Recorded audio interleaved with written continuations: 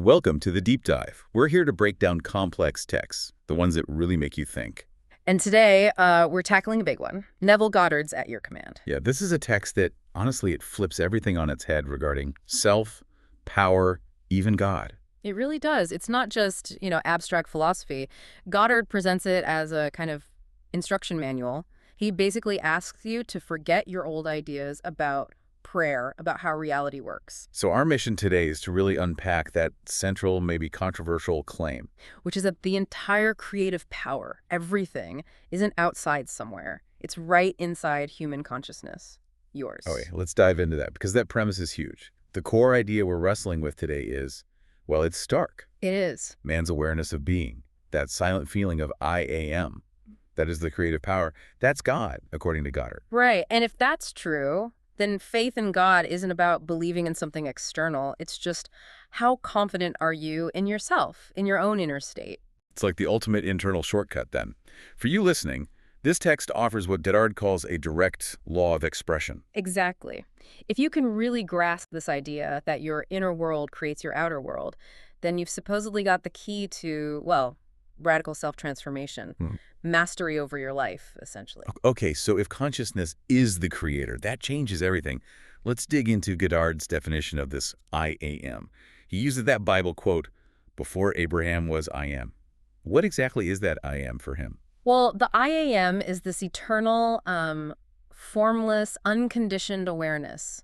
Think of it like pure potential. It's nothing specific yet, but it holds the capacity to be all things. So it's not a being, but being itself. Precisely. It's the creator, the Lord, before it takes on any form. And creation isn't a one-time event. It's constant. This formless I am becomes conditioned, takes form, simply by you imagining yourself to be something specific. Like I am healthy or I am secure. Exactly. And then consciousness expresses that specific condition outwardly. It's this power that's always running underneath everything. Whether we're aware of it or not. Right. And this leads to maybe the most staggering claim: the world around you, like every detail, is just your own consciousness made solid, crystallized, as he puts it. Your job, your relationships, your bank account. They're mirrors reflecting your deepest beliefs about who you are. Okay, wow. So every moment we're decreeing, commanding our reality. But how if we're not, shouting affirmations at the universe? It's not about the words. He's very clear on that. In fact, sometimes saying affirmations is just highlighting your doubt, trying to convince yourself. Right, because you wouldn't need to affirm it if you truly felt it. Exactly. The real decreeing is ever done in consciousness. It's the feeling, the state you occupy internally.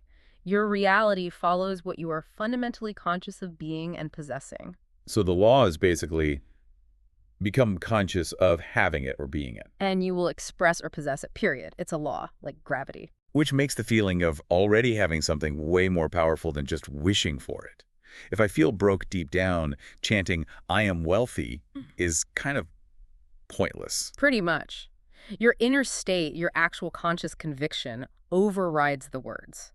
This brings us to that great analogy he uses from the book of Numbers. Ah, the giants and the grasshoppers. Yes. The spies returning from the promised land. Right. Some saw giants, the challenges, the obstacles, debt, lack of jobs, competition, whatever your giants are. They become giants only because. Because in our own sight, we see ourselves as grasshoppers. It's our self-assessment that gives the challenges their power. So if you feel small, the problems look huge. Exactly. But if you internally shift, if you revalue yourself, assume the feeling of being powerful, capable, a giant in your own right, Then the external problems shrink. they become helpless grasshoppers automatically. The power isn't out there. It's in your self-concept. Resistance is always internal. That's a profound point.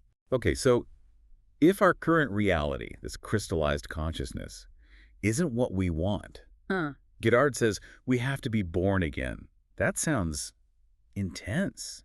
Yeah. Especially letting go of identities we've held for years. It is intense. He calls it a radical psychological necessity. Being born again means you have to completely drop your current level of consciousness. The old patterns, the limitations. Right. He calls it the old bottle, or the body of limitations. You have to leave that state behind and rise to the desired level of the Lord, or the fulfilled state. New wine cannot be put into old bottles. You can't bring the old baggage into the new reality. Exactly. The old consciousness has to be, well, vacated, completely dropped. So how do we actually do that? How do we detach from that old self, perform that necessary sort of psychological death. He gives a very specific technique. He calls it going to the Father, which means returning to that formless state of pure I am. Okay, what are the steps? First, you deliberately pull your attention away from the problem, the limitation, whatever it is. You stop focusing on it. And focus just on being. Just on being. Then you silently, but with feeling, repeat, I am. I am. And what's the purpose of repeating I am? Is it like a mantra? Not exactly for concentration, more for dissolution. You keep repeating it, feeling it until you start to feel faceless, formless. He describes it as a sensation of floating. Floating, like a detached from the physical body and its problems. Yes. He equates this to being absent from the body and present with the Lord. It's this expanded, detached state where anything feels possible. That's when you impress the new idea. Oh. By claiming feelingly, I am that which I desire to be, you give form to the formless, but from this detached, powerful state. Okay, that moment of impressing the new state. This is where he uses that really strong language. Yeah. Crucifixion and resurrection, what's being crucified.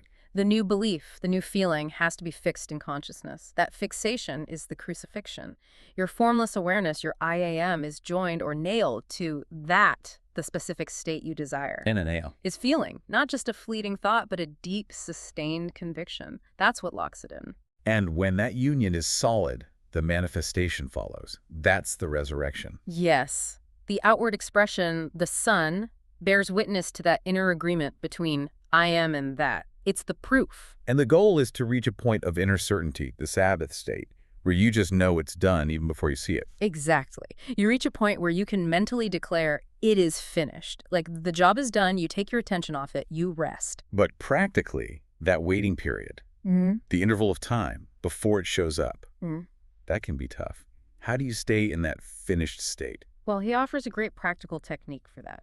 Living in the end. The movie analogy. Yeah, that's a good way to think about it. Imagine walking into a movie, but you somehow only see the final scene first, the happy ending, where everything's resolved, your desires fulfilled. Okay. Because you know how it ends, because that ending is fixed in your mind, you can watch the earlier scenes, the drama, the setbacks, the tension, without getting stressed. Because you've already seen the successful outcome. Right. You remain calm and confident because the end is already defined in your consciousness. That certainty carries you through the waiting period. And speaking of time, Goddard says it's relative, that consciousness can sort of jump ahead. Yeah. He suggests you can mentally visit a future point in time. For example, on a Wednesday, you can intentionally feel the relaxed, accomplished feeling of the upcoming Sunday, assuming the desire related to Sunday is already fulfilled. So you create the feeling now. You establish the consciousness of the fulfilled desire now, regardless of the calendar. It's like creating a psychological vacuum that reality then has to rush in and fill. This whole system, it really hinges on seeing traditional things like the Bible in a totally different light, doesn't it? This idea of it being a psychological drama. Absolutely fundamental. You can't really use the system effectively, Goddard argues, if you're stuck on literal interpretations. He says the sacred texts aren't history books. They're dramas about us.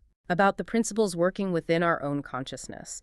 The characters, the events, they personify these impersonal psychological laws. Worshipping them as external historical figures, he thought, misses the whole point, the practical application. So if I am is the core awareness, Yeah. how does he map the Trinity, Father, Son, Holy Spirit onto our psychology? It becomes a model of the creative process within you. Yeah. The mother, sometimes linked to the spirit womb, is the receptive aspect of your mind, receiving the impression. Okay. The father is the active, impressing aspect that's you making the conscious claim, I am that. The I am choosing a state. Yes. And the son. That's the result. The manifestation, the expression in your world, which is always the perfect likeness of the impression made by the father upon the mother. It's one seamless process inside you. And this psychological lens applies to all the stories, like Daniel in the lion's den. The lions aren't literal lions. No, the lions represent those seemingly overwhelming, threatening problems we all face, right? Poverty, fear, maybe a scary diagnosis, difficult relationships. The giants again, basically. Yeah, exactly. And Daniel's success, the key to the story, is how he reacted internally. He completely turned his back on the lions, the problem. Ignored them. Focused his attention entirely away from them, towards the light, towards God, which psychologically means focusing purely on the desired state, the solution, the feeling of deliverance. And by doing that. The lions, the problems, were rendered powerless over him. It's a direct instruction. Don't stare at the problem. Fix your attention firmly on the feeling of the solution. Okay, let's touch on the 12 disciples. Not historical guys, but parts of our own mind. 12 fundamental qualities or faculties of the human mind that need to be disciplined, brought under conscious control, for us to become masters of our reality. We mentioned Peter earlier, disciplined hearing, the gatekeeper for what impressions get in. Right. Simon becomes Peter, the rock. He learns to only allow impressions that align with the desired state, ignoring contradictory evidence from the senses or from others. He's firm. Very disciplined. What about Judas, usually seen as the villain? In this psychological view, Judas represents something crucial. The quality of detachment. Necessary detachment.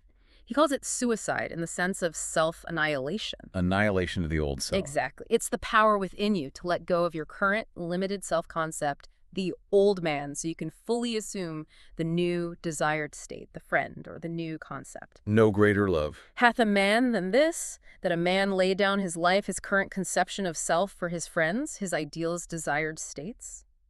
Judas embodies that ability to make the decisive break from the old. It's the mental delete button for limitations. That's a radical reframing. And Andrew, what quality does he represent? Andrew often represents balanced judgment, or maybe the quality that seeks confirmation. He's often the one introducing others to Jesus, right, to consciousness. Fine. So Andrew is that faculty within us that doesn't just accept blindly, but wants some inner proof, some resonance. It tests the new idea. Does this feel right? Does this desired state feel true to me? It's using reason to support the feeling of the wish fulfilled, not to deny it. So bringing this all together, this deep dive into At Your Command, it really boils down to reclaiming personal power, doesn't it? Completely. The core lesson is that you are the operator, the master magician, as Goddard might say, constantly conjuring your reality based on what you are conscious of being. So stop looking outside. Stop looking for external masters, saviors, gods, or even external causes for your problems or successes.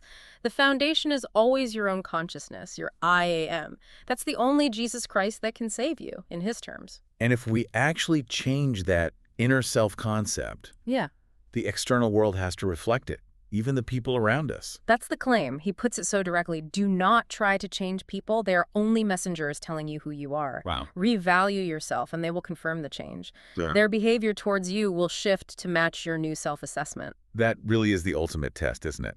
So maybe the final thought for everyone listening. If the world truly is your consciousness objectified, take a moment and ask, what are the people, the situations, the circumstances in your life right now telling you?